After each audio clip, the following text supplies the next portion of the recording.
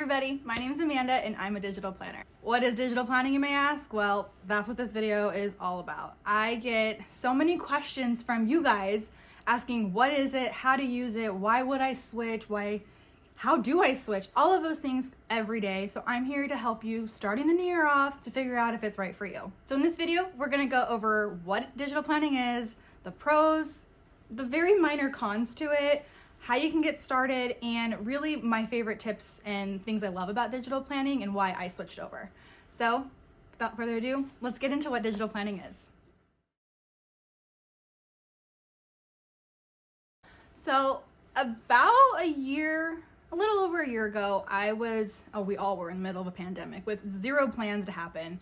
And I was searching for some way to put all of my sermon notes in one spot. I had a notebook upon a notebook upon a notebook with like different chapters all over the place. And I really wanted one place to have them because, to let you into my weird brain, I am like a micro organizer. I can't just like put all of my notes in one notebook and be happy. I need them section by section by section. That's just how my brain works. So I didn't see anything out there that would kind of get me to what I was looking for until I somehow stumbled upon digital planning, and it just clicked. So what digital planning is it's just like your paper planner, but on a digital device. So instead of flipping through pages, you're tapping through links that are hidden to go through each page of your planner. A paper planner, we all kind of know, you flip the tabs, you have your months, you have your weeks. Sometimes they'll have dailies, sometimes they'll only have dailies. It just kind of depends. But with a digital planner, you get exactly the same product, arguably better and more accessible than you would in a paper planner. So it's really, really easy to use. Once you get past the learning curve, which is going to be one of our cons, once you get past the learning curve of learning how to use a digital planner, it becomes so easy to use. And it's one of the main reasons that I switched. But I want to tell you some of the pros of digital planning and the cons. So let's get into the pros. One of the major pros of digital planning is you lose a ton, if not all, of the bulk of paper planning. I don't know about you, but for me, I was a happy planner person, and I love my happy planner because I had so much customizable options, but there was a ridiculous amount of bulk. And I will show you. Let me get it. This is what I used to travel around with in my planner bag as a paper planner. I would have not one, not two, but 3 planners in my bag at all times. And if you're crazy like I was, all of these stickers and my pen bag. This is what I used to travel around with every single day of my life because I'm a crazy person, but I love options. I am a more is more person. So this is what I used to travel around with. Just visualize that nonsense. And now I literally only take my iPad. I take my one iPad with me everywhere I go. Sometimes not all the time, but it pretty much doesn't leave the house unless I do. It goes everywhere with me. I have one iPad that has everything I need in it. It's got my stickers, it's got my pens, it's got my highlighters, it's got my planner, all my notes. Everything is in one spot. And that is one of the biggest pros of digital planning, is you can put everything in one place. A couple of the other great things I love about digital planning is that there is so much customization. There's so much customization when it comes to digital planning in this new community. There are so many wonderful, creative artists out there who make digital stickers, inserts, spreads. I'm one of them. I make all those things that can fit any one person's style. And it's just amazing to me to see what people create. So being able to customize the way I always love with the Happy Planner into my digital planner was a major bonus, minus the bulk. I no longer have to worry about my spreads getting messy. I mean, if you would use pen, you might write the wrong thing and you put a sticker over it, and maybe you don't want that sticker and you peel it off and it rips, and it just got kind of messy for me. And I love that with digital planning, I can just simply erase it and start over, and it doesn't change the way my spreads look. They are always clean, they are always crisp, they are always exactly the way I want them, and I absolutely love that. Another really great thing about digital planning is the reusability. Every digital planner that you buy, you can reuse year after year after year, unless it's dated. I personally, my company, we don't make dated planners for the sole purpose that you can use it every year should you want to stick with just one planner. I don't. I change mine quite frequently. So if you're that person, hey, we have lots of options. But if you just want to stick with one planner and use it year after year, you can. You make one purchase and use it over and over and over again if it works really well for you. And I love that about digital planning. You're not having to just give up a planner that you've put all of this effort into and love. You can store it. And that's another one of the pros is the storage of a digital planner is so small compared to all of this. I mean, I've seen people's planner rooms online and it's just massive amount of stuff, and I just don't have space for that in my life. So digital planning was 100% the way to go for me. Now, in talking some of the pros, we went over some of the cons. So let's get into the cons of digital planning. So there are very few cons in my opinion when it comes to digital planning. One of the main issues I see when people switch from paper to digital is the learning curve of using an annotating app, whichever app that you choose. It can take some time to learn each tool, which one works for you, which one doesn't, what your preferred pen size is, your colors of your pens. I mean, there's so many options, but it does take some time. So I would say if you are planning to switch from paper to digital or just kind of dabbling, I would pick an app that is pretty well known. I personally prefer GoodNotes. I think it's the best one out there. There are some things that I wish it had that it doesn't currently, but it's constantly changing. So I would suggest GoodNotes, and I have tons of tutorials on my website that will help you figure out how to use your planner, what is the best way to optimize it. You know, there's so many different things you can do with it. So that's what I would say is the biggest learning curve. It's just learning how to use the apps. Second is learning to use an Apple Pencil, and I swear this is the biggest, most talked about question in all of the planning community. On my iPad, I use a matte screen protector because it makes it feel more like paper, because that's the experience I want. And everybody says a matte screen protector wears down your pencil, but in my opinion, it doesn't. So learning to use your Apple Pencil or your stylus is gonna be kind of another learning curve.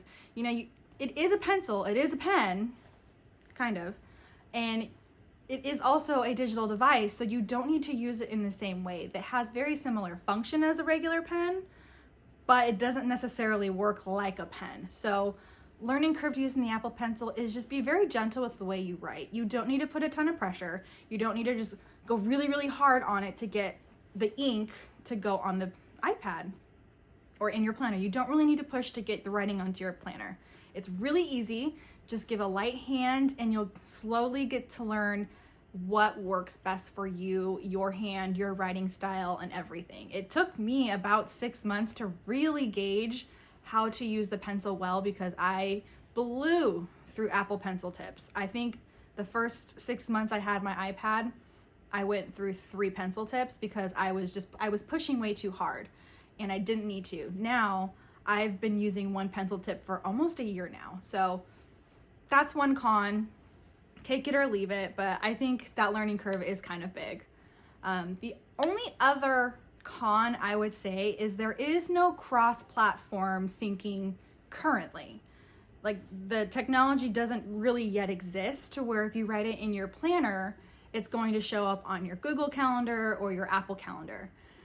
Your planner is not an app. You use it in an app, but it is not in and of itself an app that can do that yet. It's coming, probably. It is something that I'm currently working on with a coder to see if it's possible, how that can happen. I'm not really sure. We're just kind of exploring it right now.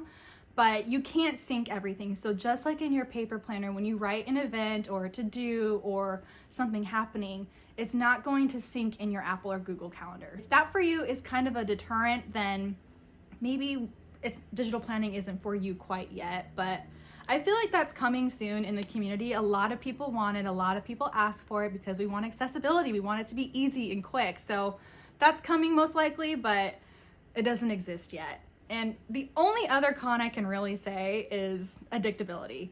I love planners, as you can tell from my giant stash of Happy Planner stuff. I love planners and stickers and everything that comes with it. I just don't want the bulk. And with digital planning, I can buy as many planners or sticker packs as I want, and it takes up no space in my life. Maybe your iCloud storage, but that's cheap to upgrade.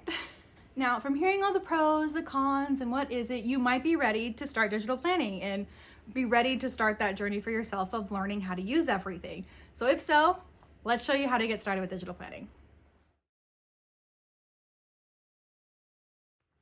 So you've decided you want to start digital planning. Here are the tools that you need to get started, all right? First, you are going to need some sort of tablet. I prefer an iPad. I currently use this big boy. This is the 2021 iPad Pro 12.9 inch. I absolutely love my iPad and I love how large it is. But if you are not a pro user or creator, I would highly suggest not getting a pro iPad.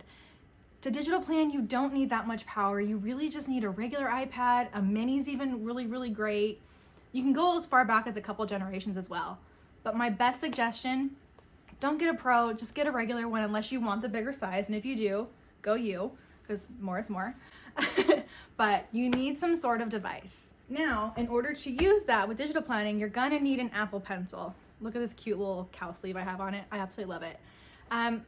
There are two kinds of Apple Pencils, and you can find out on Apple's website if you already have an iPad, if your current iPad that you may already have laying around, because believe me, there are tons of people who just have iPads in closets because they don't know what to do with it. So if that's you, it might be cheaper for you to just get a pencil instead of buying a whole new system. But there's version 1 and version 2, so just go to the Apple website and they'll tell you exactly which pencil is compatible with your device. But those are the first two things, in my opinion, are kind of absolutely necessary. You don't totally need a pencil. You can digitally plan on a computer, but if you're already a paper planner, the pencil and an iPad is going to be the equivalent to what you already have. Third thing you're going to need is an annotating app. I said prior, I use GoodNotes. It's the one that I would suggest. It's $7.99. It's one-time purchase, and you have access to the app forever, currently, unless they change that. But you have access forever. And you can put that same app on your phone, your iPad, and your computer so that all of your planning stuff syncs across all of your devices. So if you write in your planner on your iPad and it changes and you're out at the store maybe to look at your grocery list, you can just pull it up on your phone and look at your list inside your planner. So make sure you get an app so you can use your planner. And the last, fourth thing that you're gonna need is to pick the planner for you. The community of digital planner creators is so incredibly talented. There is a planning style and color scheme and layout for literally any planning type you can think of. You don't necessarily have to buy from my shop, although I wish you would. But there are so many creative, talented people out there who will make a planner that will fit the way that your brain works. My planners are designed to be more micro-organized the way my brain works. And there are so many other options out there. So you can head to my shop to take a look at the planners that I currently have. Right now, I am in transition to do mostly custom because custom is what I love. And I think you should have the ability to create the planner that you want, not necessarily the planner that I want you to have. But I have beautiful custom planners that come with a ton of fun stuff to customize your planner your way. But there are tons of shops that I would highly recommend. Personally, I love my planners. I'm biased, but you can head to my website to check out all of my planners and see all of the resources we have there. So find a planner that works for you and just get started. Start playing around, start learning, start figuring out what works for you, because that's what this is all about. Planning is not just something pretty. It's meant to be a tool to help organize your life, and that is my biggest goal in any planner that I make. I want it to be simple, easy to use, accessible, and work for you and your family. Writing down a bunch of plans is okay and all, but if we're not really accomplishing anything, then what's the point, you know? So I hope that helps you guys figure out what digital planning is, if it's right for you, where you can get started, all of those crazy questions. And if you have any more questions, you can leave them in the comments below and I will get to all of them. I hope 2022 brings you lots of joy and growth, and I hope that you can get into a planning system that works really well for you. Over here at Planet Planner Co., I am just praying that the year brings you so much joy and that you can join our little community. If you're still not 100% ready to jump into digital planning, over on my website, I have a free notepad that you can get when signing up for the Rooted Archive. Don't worry, I don't send you any spam emails because honestly, I don't have time to do that. But I've created this little archive that has a notepad you can use to kind of learn to use the links in a planner. There's stickers, there are different inserts, which inserts is a whole other thing that we'll go over later on. But there's so many fun things in there that are free to you that cost you nothing. So if you head onto the website, planetplannerco.com, you can sign up for the archive and have access to all of the freebies. I hope this video helped you figure out if digital planning is right for you. It's perfect for me. I love it. And I'm so excited to get this year started with so many fun projects coming. I have a really big launch coming in the spring that's going to be so good. I cannot wait. And I am now going to figure out what to do with all of this stuff because I don't need it. But yeah, I hope this video helped you guys, and Happy New Year.